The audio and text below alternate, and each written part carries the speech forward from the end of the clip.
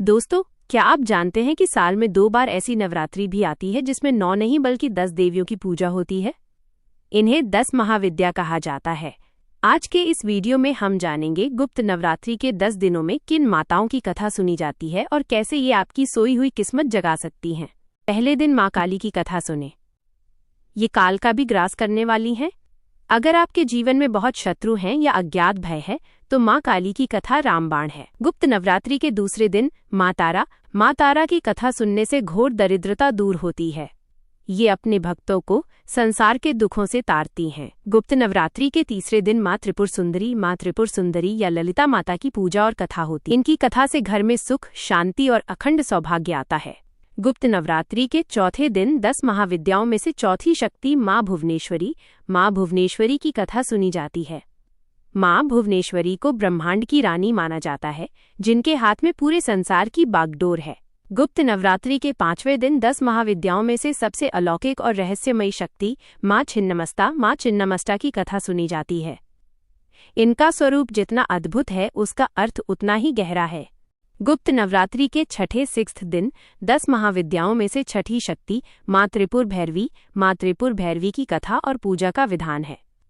माँ भैरवी विनाश और सृजन दोनों की देवी हैं, जो हमारे भीतर के डर और बुराइयों को खत्म करती हैं। गुप्त नवरात्रि के 7वें दिन 10 महाविद्याओं में से सबसे विचित्र और अनोखी शक्ति माँ धूमावती की कथा सुनी जाती है। इन्हें अलक्ष्मी भी कहा जाता है और ये विधवा स्वरूप में पूजी जाती हैं। गुप्त नवरात्रि के 8वें दिन 10 महाविद्याओं में से सबसे शक्तिशाली और स्तंभन की देवी माँ बगलामुखी की कथा सुनी जाती है। इन्हें पीताम्बरा भी कहा जाता है क्योंकि इन्हें पीला रंग अत्यंत प्रिय है। गुप्त नवरात्रि के 9वें दिन 10 महाविद्याओं में से 9वीं शक्ति माँ मातंगी की कथा और महिमा का गान किया जाता है। माँ मातंगी को तंत्र की सरस्वती कहा जाता है और ये कला, संगीत और ज्ञान की अधिष्ठात्री देवी हैं। गुप्त नवरात्रि के 10वें और अंतिम दिन 10 महाविद्याओं में सबसे पूर्ण और मंगलकारी शक्ति माँ कमला की कथा सुनी जाती है। माँ कमला साक्षात लक्ष्मी स्वरूप हैं, जो भक्तों को सुख, सौभाग्य और अखंड धन संपदा प्रदान करती हैं। क्या आपने कभी सोचा है कि संसार की रचना करने वाली माँ इतनी रौद्र और भयानक क्यों हो गई?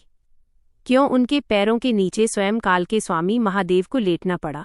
गुप्त नवरात्रि की पहली रात हम उस सत्य से पर्दा उठाएंगे जिसे साधारण लोग केवल एक कहानी मानते हैं, लेकिन साधक इसे ब्रह्मांड का अंत और शुरुआत कहते हैं। यह कथा है प्रथम महाविद्या माँ काली की। भक्तों, गुप्त नवरात्रि का आगाज हो चुका है। यह समय उत्सव का नहीं, शक्ति को सिद्ध करने का है। और जब शक्ति की बात आती है तो ब्रह्मांड की सबसे पहली और विनाशकारी शक्ति का नाम सबसे पहले आता है, माँ काली।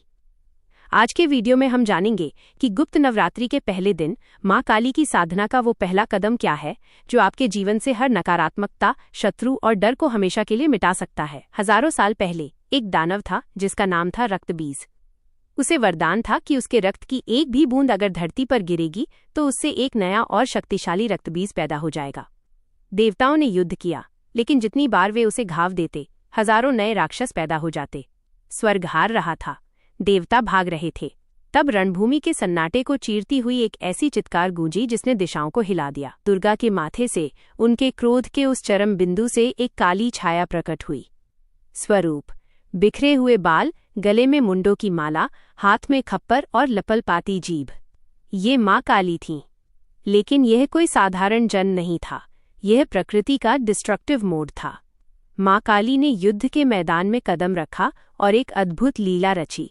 उन्होंने राक्षस का वध किया और उसके रक्त को धरती पर गिरने से पहले ही अपने खप्पर में भर लिया और उसे पीने लगी। राक्षस खत्म हो गए, लेकिन माँ का क्रोध शांत नहीं हुआ। राक्षसों के वध के बाद काली का क्रोध इतना बढ़ गया कि वे अट्टहास करने लगीं। उनके नाचने से धरती फटने लगी। ब्रह्मांड को लगा कि आज प्रलय निश्चित है। तब महादेव, जो काल के भी महाकाल हैं, वे काली के रास्ते में लेट गए। जैसे ही माँ काली का पैर शिव की छाती पर पड़ा, अचानक उन्हें होश आया। उन्होंने देखा कि उनके आराध्य, उनके पति महादेव उनके पैरों के नीचे हैं। यहीं से माँ काली की वो प्रसिद्ध छवि बनी, जीभ बाहर निकालना, लज्जा और बोध का प्रतीक। यह शिव और शक्ति का वो मिलन था जहाँ क्रोध शांति में बदल गया। लेकिन दोस्तों, क्या ये सिर्फ एक युद्ध था? तंत्र शास्त्र कहता है कि माँ काली हमारे भीतर के अज्ञान और अहंकार का वध करती हैं। मुंडमाला हमारे पूर्व जन्मों के चक्र का प्रतीक है। दिगंबर रूप यानी वे दिशाओं को वस्त्र मानती हैं, वे अनंत हैं, उन्हें कोई सीमा नहीं बांध सकती। गुप्त नवरात्रि की साधना में माँ काली का अर्थ है समय, काल।